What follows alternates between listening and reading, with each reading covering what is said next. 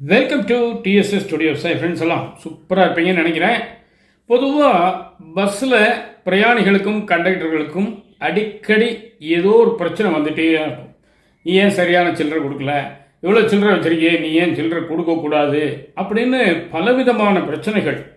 பொதுவாக கண்டக்டர்கள் பிரயாணிகள் அப்படின்னு சொல்லும்போது ஒரு நல்ல உறவு முறை அநேகமாக இருப்பதில்லை.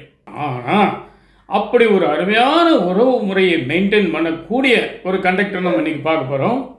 அவருடைய பெயர் திரு கே சிவசண்முகம். இங்கே பேரூர் சாமி செட்டிப்பாளையத்துக்கிட்ட அவருடைய வீடு இருக்கு. டிஎன்எஸ்சிசி சிங்காநல்லூர்லேருந்து மதுரைக்கு செல்லக்கூடிய ஒரு ஏசி பஸ், குளிர் பதற வசதி செய்யப்பட்ட ஒரு பேருந்து, அதில் தான் அவர் கண்டக்டராக இருக்கார். அவர் எப்படி நடந்துக்கிறாருன்னு பாருங்கள். சமீபத்தில் வந்த பேப்பர் செய்தி தான் இது.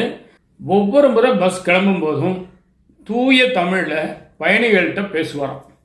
கையில் ஒரு சின்ன அந்த மெகாஃபோன் மாதிரி ஒன்று வச்சிருக்காரு. உங்களுடைய பயணம் இனிதாக அமையட்டும், நீங்கள் அரசு பஸ்ஸை தேர்ந்தெடுத்ததுக்கு மிக்க மகிழ்ச்சி, அரசு நமக்காக அழகான புது பஸ்ஸுகளை எல்லாம் வாங்கி கொடுத்துருக்காங்க, அதை சுத்தமாகவும் பாதுகாப்பாகவும் வைக்கக்கூடியது நம்மளுடைய கடமை அப்படின்னு சொல்லி ஒவ்வொரு நிறுத்தத்துக்கும் எவ்வளவு பஸ் டிக்கெட் அப்படிங்கிறதையும் சொல்லிடுவாராம். இன்னும் கூட சொல்றாரு பாருங்க, நீங்க சாப்பிடக்கூடிய அந்த உணவு பண்டங்கள், அந்த காலி கவர்கள், பேப்பர்கள், இலைகள் எதா இருந்தாலும் பரவாயில்ல, படிக்கட்டுக்கிட்ட ஒரு குப்பை கூட வச்சிருக்கேன், அதுல போடுங்க அப்படிங்கிறார். யாருக்காவது வாந்தி வர மாதிரி இருக்கு, ஒரு மாதிரி அனீசியா இருக்கு அப்படின்னு சொன்னால் புளிப்பு முட்டாய் வாங்கி வச்சிருக்காராம் கையில. இதை பயணிகள் ரொம்பவும் ரசிக்கிறாங்களாம். அவர் சொல்ற காரணம் என்ன தெரியுங்களா? ஒரு 4.5 மணி நேரம் அந்த பஸ் போகுதுங்க, இனிமையா போக வேண்டாமா? நம்ம பயணம் செய்யும் தூரம் கொஞ்சம், அதாவது பிறப்புக்கும் இறப்புக்கும் இடையில் உள்ள காலம் மிக குறுகியது. ஏன் வீண் சண்டை அப்படிங்கிற மாதிரி சொல்றாங்க இல்லைங்களா? அதைத்தான் அவர் சொல்றாரு. ஜாலியா போவோமே. அது மட்டும் இல்லை, பஸ்ஸில் பாருங்க, போலீஸ் அதிகாரி, டாக்டர், வழக்கறிஞர், பொதுமக்கள்னு எல்லாரும் கலந்து வர்றாங்க. ஜாலியாக போனால் நல்லா தானே இருக்கும், அது ஒரு ப்ளசண்ட்டான அட்மாஸ்பியராக இருக்கும். இன்னொன்று சொல்கிறார் பாருங்க, ஒருத்தர் கல்யாணத்துக்காக போயிட்டு இருப்பார், சந்தோஷமாக போயிட்டு இருப்பார். ஒருத்தர் ஏதாவது துக்க நிகழ்ச்சிக்கு போவார், அவர் கொஞ்சம் உம்முன்னு இருப்பார். இவங்களை எல்லாம் பேலன்ஸ் பண்ணி அப்படியே ஜாலியாக கொண்டு போய் சேர்க்கறது தான் நமக்கு வேலை. அருமையான வேலை.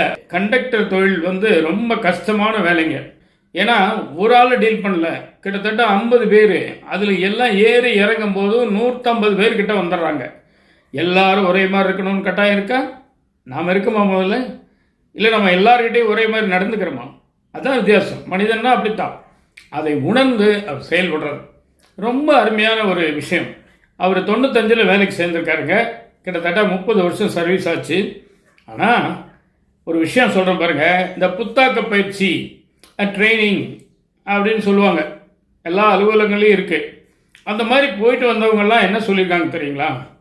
நான் மெட்ராஸ் போனேன் ட்ரைனிங்க்கு 3 days, அடா அடா அடா அப்படிமா. என்ன சொல்ல போகிறான்னு பார்த்தா, ஃபஸ்ட் கிளாஸ் ஏசி கிளாஸ் ரூமுங்க, சும்மா வெயிலே தெரியல, குழு குழு குழு குழுன்னு இருந்தது. 3 வேளையும் பார்த்தீங்கன்னா அந்த கேன்டீனில் காலையில் டிஃபன் என்ன, மத்தியானம் சாப்பாடு என்ன, நைட் டிஃபன் என்ன, காலையிலையும் சாயந்தரமும் பிஸ்கட், டீ, வடை, டீன்னு சும்மா சூப்பராக இருக்குங்க. அவசியம் போங்க, அடுத்த தடவை உங்களை கூப்பிட்டா விட்டுறாதீங்க, மிஸ் பண்ணிடாதீங்கன்னு சொல்லி கொடுப்பாங்க. அந்த புத்தாக்க பயிற்சி ட்ரைனிங்கில் என்னையா சொல்லி கொடுத்தாங்கன்னா யாருக்கு தெரியுமா? ஆனால் இவர் என்ன சொல்கிறார் பாருங்க, அந்த 2015 தான் ட்ரைனிங் போனேன். அந்த புத்தாக்க பயிற்சியில் திரு ஞானசேகரங்கிற பயிற்சியாளர் சொன்னதை தான் நான் இன்றைக்கி வரைக்கும் கடைப்பிடிச்சிட்டு வரேன். எனக்கு ரொம்ப நல்ல பேராக இருக்குது, வேலையில் பரம திருப்தியாக இருக்குது, டென்ஷனே கிடையாது அப்படிங்கிற. பார்த்தீங்களா? ஒரே வேலை தான். நீங்கள் அதை எப்படி எடுத்துக்கிறீங்க, எப்படி விரும்பி செய்கிறீங்க, அதில் என்ன புதுமை புகுத்து, இதுதான் விஷயம். அப்போது அவர் நடைமுறையில் எது சாத்தியமோ அதை செய்கிறார். அவருக்கு இந்த இடத்துல நம்ம ஒரு பெரிய பாராட்டு சொல்லிக்குவோம். திரு கே சிவசண்முகம் அவர்களே, மாபெரும் வாழ்த்துக்கள். நிச்சயமாக ஒரு நாளைக்கு உங்கள் பஸ்ஸில் நான் வருவேன். அன்னைக்கு நான் யாருன்னு உங்களுக்கு சொல்கிறேன். அன்னைக்கு நேரடியாக உங்களை ஒரு பேட்டி எடுக்கிறேன். சரிங்களா? இதாங்க இன்றைக்கி விஷயம். நிச்சயமாக இந்த விஷயம் உங்களுக்கு பிடிச்சிருக்கோன்னு நம்புகிறேன். உங்கள் கருத்துக்களை எதிர்பார்க்குறேன். மீண்டும் அடுத்த எபிசோடு சந்திப்போமா? அதோடு உங்களிடம் விடைபெறுவது உங்கள் நண்பன் டி. சண்முக சுந்தரம், போத்தனூர், கோயம்புத்தூர். நன்றி, வணக்கம்.